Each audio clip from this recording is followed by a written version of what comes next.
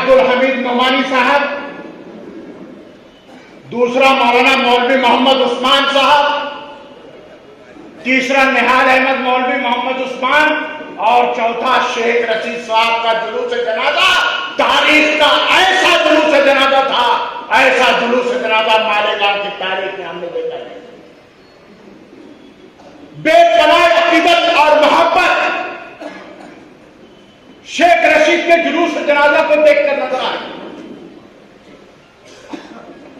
यहां पर बात मुख्तसर करने का है, अगर मौका मिला तो शेख रशीद के ऐसे ऐसे कारनामे आपको बताऊं कि आप दंग रह जाएंगे। लेकिन चंद बातें बताने के बाद मैं अपना मुख्तसर का खुतबा खत्म करूंगा। शेख रशीद इंतहाई गरीबी की जिंदगी से सियासी मैदान से लेके तो इतने एमएलए की कुर्सी तक, कैबिनेट मिनिस्टर के दर्जे तक पहुंचे। इंतहाई गरीबी की हालत में उन्होंने अपना गुजर बसर किया। इस शहर के बाबाए सियासत हारून अहमद अंसारी आज मुझे याद आ रहे हैं। उनकी नजर सियासत में इतनी तेज थी कि उन्होंने ऐसे शागिर्द चुने कि जिन्होंने मालेगांव की सियासी समाजी माजी तो तब्दीलियों को बदल के रख दिया और मालेगांव का नाम हिंदुस्तान में रोशन किया।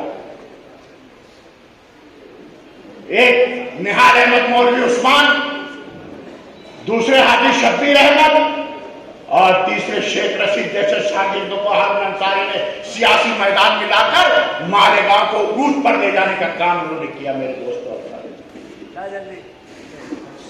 मैं बताना चाहता हूं आपको 1980 के दौर और 82 के दौर में ले जाना चाहता हूं। मालेगांव में उस वक्त फिरका परस्ती इंतहाई उरूज पर थी।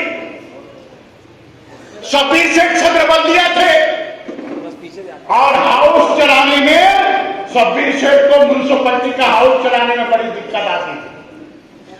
फिरका परस्ता करते वहां हंगामा करते थे, हर विषय पे हुल्लड़ मस्ती थी, शोरगुल होता था और कोई तब्दील का फैलाव पास नहीं होने देते थे। फिरका परस्ता करते हारून अंसारी परेशान थे कि ऐसे किस शख्स को उस हाउस में लाया जाए जो फिरका परस्ती के ऊपर लगाम कर सके। मैं हारून अंसारी के पास बैठा था, 19 साल का था मैं। हफ्तरोजा शाहीन अखबार आप जानते होंगे, वो अखबार का मुदीर था मैं, अखबार निकालता था। टीवी 7 का धुलिया मालेगांव में शाहीन अखबार चला। दोस्तों और साथियों, हारून अंसारी की नजर उस वक्त शेख रशीद पे गई कि अगर ये नौजवान को मैंने सियासत में लाया, क्यों कि गजब की शुजाअत थी शेख रशीद में, बहादुरी में, दबंगपन में, शुजाअत में।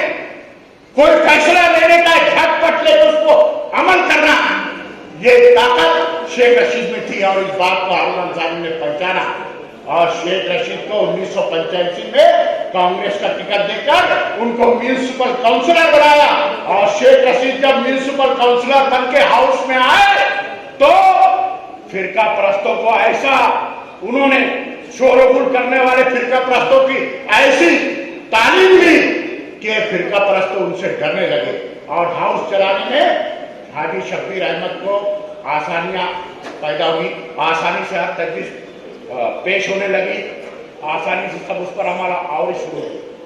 तो फिरका परस्ती को लगाम देने का काम इस शहर में फिरका परस्त ताकत है, कभी ताकतवर न हो, इसके लिए सबसे दबंग तरीके से अगर कोई लड़ा है तो वो शेख रशीद लड़ा है। लेकिन उसी के साथ जब उनका दौर शुरू हुआ एमएलए का, जिस तरह एक मुकर्रिर ने कहा कि उन्होंने हिंदू मुस्लिम दोस्ती का ऐसा फिर नया दौर शुरू किया मालेगांव में कि आज तक मालेगांव में फिर वो हिंदू मुस्लिम के अंदर जो दोस्ती पैदा हुई, हिंदू मुस्लिम के अंदर जो एकता पैदा हुई, उस एकता को कायम रखने का काम शेख रशीद ने किया है। कही थी कि शेख रशीद साहब तालीम दोस्ती और तालीम के लिए बहुत उनकी कोशिशें रही हैं। उसमें से एक मिसाल हमारा खातून एजुकेशन सोसाइटी है, जिसमें आज हमारे यहाँ फार्मेसी कॉलेजेस है, बीएमएस कॉलेजेस चल रहे हैं।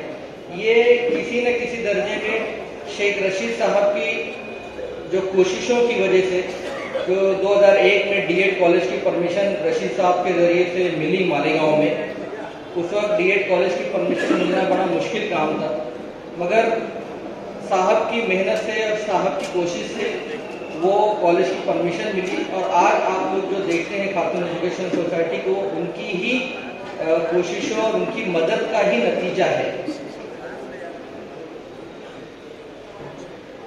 साहब की नज़र एक शेर करना चाहूँगा कि मौत उसकी है करे जिसका ज़माना अफसोस, इनको दुनिया में सभी आए हैं मरने के लिए। एक जिंदा दिल शख्स हमसे जुदा हो गया जो हमारे सरपरस्त थे, और हम तमाम लोगों का, हम यहाँ पर जितने लोग हैं, किसी न किसी दर्जे में उनसे साबिका रहा है, किसी न किसी दर्जे में वास्ता रहा है। हम तमाम अल्लाह ताला के हुजूर दुआ करते हैं कि अल्लाह ताला मरहूम की मग़फ़िरत फरमाए, उनके सय्यात को हसनात से मुबद्दल फरमाए, और शेख रशीद खानवादी को जो ये सदमा और गम पहुँचा है, अल्लाह ताला इनको सब्र जमील अता फरमाए। और इन्हीं ताज़ियती कलमात के साथ मैं अपनी बात खत्म करता हूँ। वाक़िअ दावना अल्हम्दुलिल्लाह।